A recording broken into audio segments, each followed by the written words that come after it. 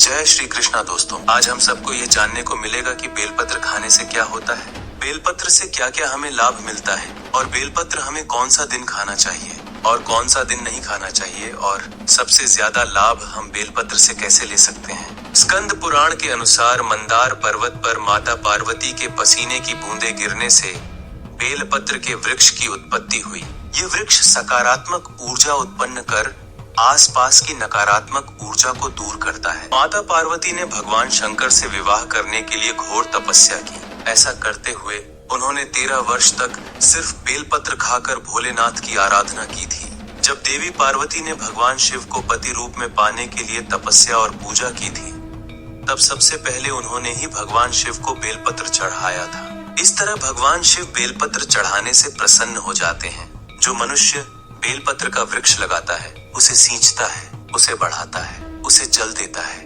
उसके वंश का कभी नाश नहीं होता। जिस घर में बेलपत्र का वृक्ष होता है, अपने हाथों से लगाया हुआ, उस घर में कभी धन की हानि नहीं हो सकती। माता लक्ष्मी कभी उस घर को नहीं छोड़ सकती।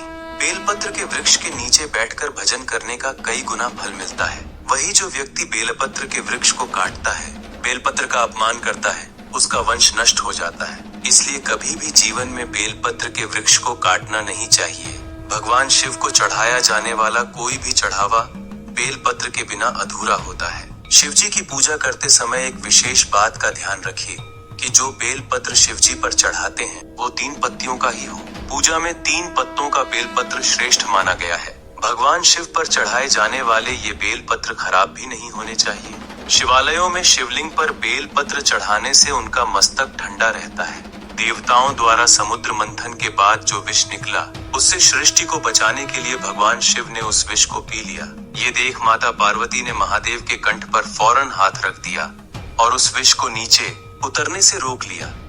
भीषण विष के प्रभाव से महादेव का कंठ नीला पड़ गया और वे नीलकंठ कहलाए। भोलेनाथ के शरीर के ताप को कम करने के लिए उन पर गंगा जल, धतूरा, बेलपत्र अर्पित किया गया। तब जाकर उनकी व्याकुलता शांत हुई। भगवान भोलेनाथ पर बेलपत्र चढ़ाते समय ये ध्यान रखिए कि कभी भी बेलपत्र सोमवार, अमावस्या, पूर्णिमा, अष्टमी और चतुर्दशी को ना तोड़े। इस बेलपत्र की एक और बात है, हम एक बेलपत्र को कई बार धोकर शिवलिंग पर चढ़ा सकते हैं। सावन में शिवलिंग पर बेलपत्र चढ़ाने से वैवाहिक जीवन सुखमय होता है, संतान सुख की प्राप्ति होती है तथा बड़े से बड़ा रोग दूर हो जाता है। जीवन में सुख शांति का आगमन होता है। व्यक्ति को पुराने से पुराने अदालत की समस्या और मुकदमों से निजात मिलता है।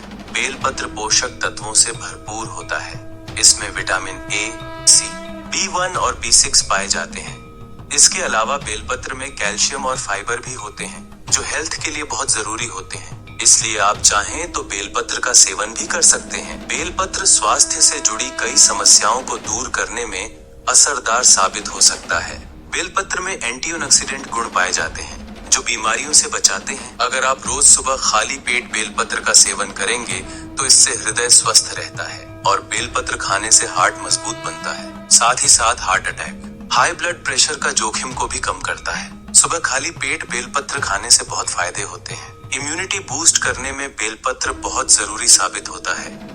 बेलपत्र में विटामिन सी होता है, जो इम्यूनिटी को मजबूत बनाने का काम करता है। अगर रोजाना खाली पेट बेलपत्र खाया जाए तो सर्दी, जुकाम और खांसी की समस्या नहीं होगी और बार बार बीमार नहीं पड़ेंगे। बेलपत्र पेट की समस्याओं से मुक्ति दिलाता है।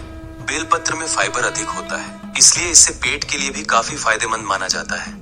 अगर आपको पेट से जुड़ी कोई समस्या है तो रोज सुबह खाली पेट बेलपत्र का सेवन कर सकते हैं। रोज सुबह बेलपत्र का सेवन करने से गैस, एसिडिटी और अपच की समस्या से छुटकारा मिल जाता है।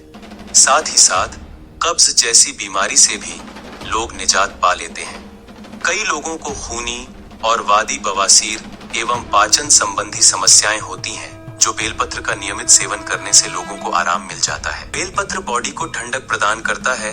रोज सुबह बेलपत्र खाने से शरीर को ठंडक मिलता है। दरअसल बेलपत्र की तासीर ठंडी होती है और ऐसे में अगर आप बेलपत्र का सेवन करेंगे तो इससे पूरे दिन आपका शरीर ठंडा बना रहेगा। खासकर गर्मियों में बेलपत्र का सेवन करना अधिक फायदेमंद होता है। लेकिन कई लोग बेलपत्र और बेल के शरबत पीकर गर्मी में ठंडक महसूस कर लेते हैं। ऐसे में अगर मुंह में छाले हो रहे हो तो रोज सुबह खाली पेट बेलपत्र का सेवन करने से मुंह के छाले भी ठीक हो जाते हैं। इसलिए बेलपत्र को चबाकर ही खाना बेहतर होता है। आयुर्वेद में बेलपत्र को डायबिटीज से पीड़ित रोगियों के लिए फायदेमंद बताया गया है। अगर आप डायबिटीज रोगी है तो रोज सुबह खाली पेट बेलपत्र का सेवन कर सकते हैं।